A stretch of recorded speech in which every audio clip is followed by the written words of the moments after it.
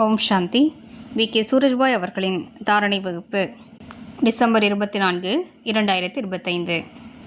நமது முழுமையான ஞானத்தின் சொரூபம் நமது குணங்கள் மற்றும் கர்மங்களால் வெளிப்படுகின்றன.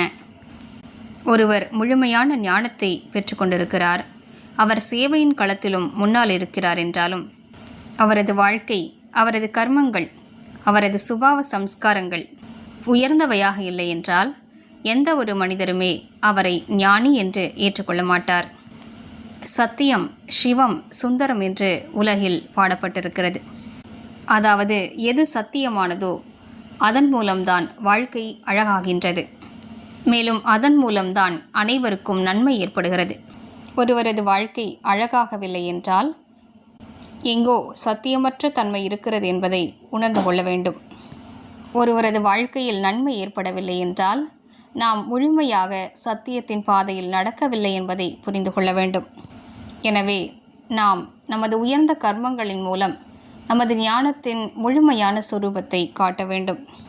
ஒரு மனிதர் தனது சிந்தனைகள், தனது புத்தி, மேலும் தனது சம்ஸ்காரங்களின்படிதான் கர்மங்களை செய்கிறார். ஒருவரது புத்தியில் எப்படிப்பட்ட ஞானம் பதிந்திருக்கிறது, அவரது சம்ஸ்காரங்கள் எப்படி உருவாக்கப்பட்டிருக்கின்றன, அதன்படிதான் அவரது கர்மங்கள் நடைபெறுகின்றன. நாம் தன்னைத்தான் சோதித்து பார்ப்போம். நான் புண்ணிய ஆத்மாவாக ஆகிவிட்டேனா? நம்மை பார்த்து பிறர் தவறு என்று சுட்டி காட்டுமாறு நமது செயல்கள் இல்லைத்தானே? நமது கர்மங்கள் பிறருக்கு சுகமளிப்பவையாக இருக்கின்றனவா? நமது கர்மங்கள் பிறருக்கு உதவக்கூடியவையாக இருக்கின்றனவா? நாம் இந்த உலகில் நேர்மையாக வாழ்ந்து கொண்டிருக்கிறோமா? அல்லது செல்வத்தின் பேராசையால் நாம் பாவ கர்மங்களில் ஈடுபட்டு கொண்டிருக்கிறோமா? அனைத்திலும் பெரிய பாவம் தூய்மையற்ற தன்மையே ஆகும். அதனையே பகவான் கூறியிருக்கிறார்.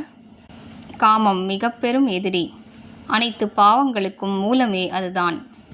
எப்போது ஆத்மா மிகவும் தூய்மை அடைந்து விடுகிறதோ அப்போது அந்த ஆத்மாவின் பாவனைகள், அவரது வார்த்தைகள், அவரது பார்வை, அவரது அதிர்வலைகள் அனைத்தும் மிக உயர்ந்தவையாக ஆகிவிடுகின்றன. அதாவது அவரது சூக்ஷ்மத்திலும் சூக்ஷ்மமான கர்மம் கூட பிறருக்கு தூண்டுதல் அளிப்பவையாக இருக்கின்றன. எனவே இன்று நாம் சோதனை செய்வோம்.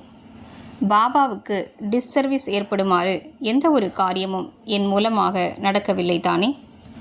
நாம் கோபத்திற்கு வசப்பட்டு பிறரை பற்றி தவறாக பேசவில்லை தானே? நாம் சூழலை சுமை நிறைந்ததாக ஆக்குவதில்லை தானே? ஏனென்றால் ஆயிரக்கணக்கான, லட்சக்கணக்கான, கோடிக்கணக்கான கண்கள் நம்மை பார்த்து கொண்டிருக்கின்றன. இப்போது நாம் சுயத்திற்காக வாழ்வதில்லை, முழு உலகிற்காக வாழ்ந்து கொண்டிருக்கிறோம். உலக ஆத்மாக்கள் நம்மை முன்னுதாரணங்களாக பார்க்கிறார்கள். அவர்கள் நம்மை எதிரியாக கூட கருதலாம், ஞானத்தை ஏற்றுக்கொள்ளாதவர்களாகவும் இருக்கலாம். ஆனால் அவர்கள் உள்ளுக்குள் இவர்களது வாழ்க்கை மிக உயர்ந்தது என்று அவசியம் நினைக்கிறார்கள். நாம் ஈஸ்வரிய பாதையில் நடந்து கொண்டிருக்கிறோம். உலக மக்கள் நம்மை இவ்வாறு தான் பார்க்கிறார்கள். அந்த பார்வையை அர்த்தமுள்ளதாக ஆக்குவோம். மக்கள் நம்மை உயர்ந்த பார்வையில் பார்த்தாலும் நாம் அவ்வாறு இல்லை என்று ஆகிவிடக்கூடாது. நாம் பழைய மாதிரியே இருப்போமானால் யாரும் நம்மை உயர்ந்தவர்களாக ஏற்றுக்கொள்ள மாட்டார்கள். எனவே வாருங்கள், நமது செயல்கள், நமது நடவடிக்கைகள், நமது வார்த்தைகள் ஆகியவற்றை மிக இனிமையானவையாக ஆக்குவோம். பிறருக்கு சுகமளிப்பவையாக, நன்மை செய்பவையாக, மாசற்றதாக ஆக்கிவிடுவோம். அதன் மூலம் நமது கர்மங்களின் தாக்கம் பிறர் மீது ஏற்பட்டு கொண்டே இருக்கும். நமது சித்தத்தில் யாருக்காகவும் பொறாமை, வெறுப்பு, பகைமை ஆகிய உணர்வுகள் இருக்கக்கூடாது. யாராவது முன்னேறி கொண்டிருக்கிறார்கள் என்றால் நாம் அவர்களை பாராட்டுவோம். யாரோ முன்னேற முடியவில்லை என்றால் அவர்கள் முன்னேறுவதற்கான ஊக்க உற்சாகத்தினை அவர்களுக்கு ஏற்படுத்துவோம். அவர்களுக்கு கற்றுக் கொடுப்போம். இவையே நமது உயர்ந்த தன்மைகளாக இருக்கும். நமது கர்மங்கள் தான் நமது வாழ்க்கையை வெளிக்காட்டும் கண்ணாடியாகும். இந்த கண்ணாடியை முற்றிலும் பரிசுத்தமாக்குவோம். எந்த அளவிற்கு பரிசுத்தமாக்க வேண்டுமென்றால் இதில் மக்கள் பகவானை பார்க்க முடிய வேண்டும். எனவே வாருங்கள், இன்று முழு நாளும் மிக அழகானதொரு பயிற்சியை மேற்கொள்வோம்.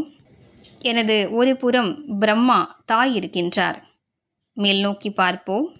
அவரது நெற்றியிலிருந்து குளிர்ச்சி நிறைந்த கிரணங்கள் வெளிப்பட்டு என் மீது பொழிந்து கொண்டிருக்கின்றன. மற்றொரு புறம் ஞான சூரியனாகிய தந்தை இருக்கின்றார். அவரிடமிருந்து சக்திகளின் கிரணங்கள் வெளிப்படுகின்றன.